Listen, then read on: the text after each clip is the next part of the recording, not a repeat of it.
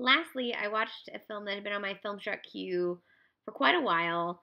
Um, and I hadn't watched it, and I was like, damn it, why haven't I watched this? And then Monica Castillo had it on her list of like hidden gems that she found on the service that and I was like, well, based on what she tweeted about it, I was like, fuck, I need to get to this movie, make it a priority.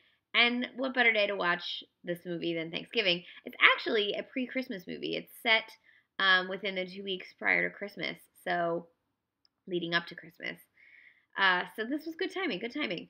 This is directed by Jonathan Wacks, and it's based on a novel by David Seals, and it stars one of my favorite character actors, Gary Farmer, who I was looking up was actually nominated for 3 Independent Spirit Awards in the '90s.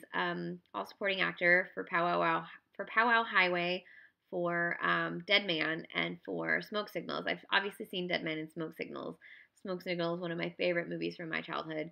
Um, Actually written and directed by a guy from not my hometown, but the town I was born in, Klamath Falls, Oregon. Um, yes, indeed. So Powwow Highway is about it's Gary Farmer is called the supporting actor, but he's really the lead. It stars him and A. Martinez. A. Martinez is in a ton of movies as well. Look him up and you'll be like, oh yeah, that guy. Um, they are the two sort of co-leads, and Gary Farmer is having sort of visions of from his ancestors of becoming a warrior and finding his place in life. He has a vision that he needs to get a horse. This translates into him buying a kind of a junker car, and he's going to go on a quest. And meanwhile, his friend has gotten a phone call from his sister who's been picked up in New Mexico, is in jail, and she has two children, and he needs to go help get her out of jail.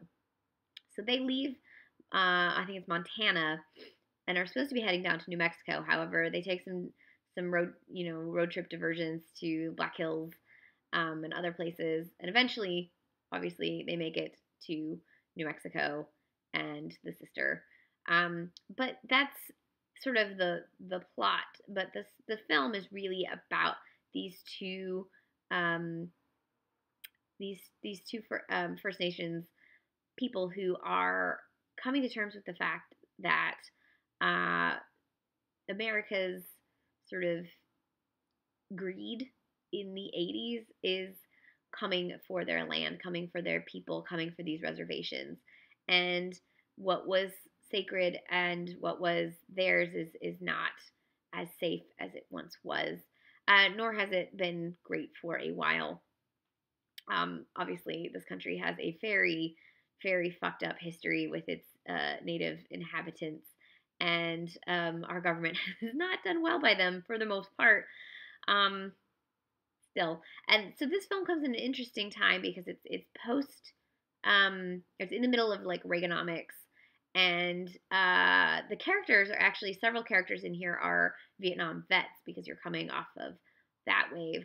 You're in the midst still of Cold War paranoia, and I believe you're just shy of the act that allowed reservations to have casinos. I know our reservation near my hometown opened its casino in the mid 90s. So it was almost 10 years after this film came out.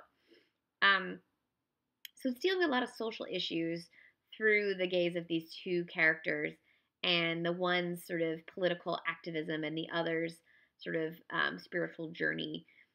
The two are sort of clash in their ways in which they're dealing with changing times. Um, Meanwhile, they have to get to this sister who was also a friend of the Gary Farmer's character. I really enjoyed it. It's a sort of not an aimless movie so much as a movie that's less about the plot and more about the journey. Um, I enjoyed all of the actors. It has kind of a who's who of Native actors. You have obviously A. Martinez and Gary Farmer, but you also have sort of thrown in there Wes Studi and Graham Greene. Wes Studi and Graham Greene were in a ton of films in the 90s, and Graham Greene was nominated for an Oscar for Dances with Wolves. And they're both fantastic. They each have about one scene. Definitely a reminder that there is so much talent in non-white actors in this country, and there's so few films and or roles for any of them. It's really fucking dumb. And we keep trying to make things a little bit better, and like there's like little baby steps for certain, you know, parts of this country, but not for the bulk. We're still seeing the same old. So I'm glad I watched this movie. I really enjoyed it. It's a great little comedy and a great sort of late December movie. It's unfortunate it's now late November instead of late December, but you can find it. I don't know if it's on DVD at all, but it's on the Criterion Channel on Filmstruck. According to this, it's on DVD. Let's see. Oh, well, yes, it's on DVD for $80, so it's not really on DVD. That's really unfortunate. What a bummer. That's really expensive. Okay, so your only chance of getting it on DVD is if you have $100 because they're all about $100, between $80 and $100. That's awful, but it's on Criterion Channel right now, so definitely check it out. And my next film is going to be my noir for the day. It's kind of late. I got to get it watched. So many movies, so little time. I hope you're all having a pie coma right now. I definitely ate 2 slices. It was delicious.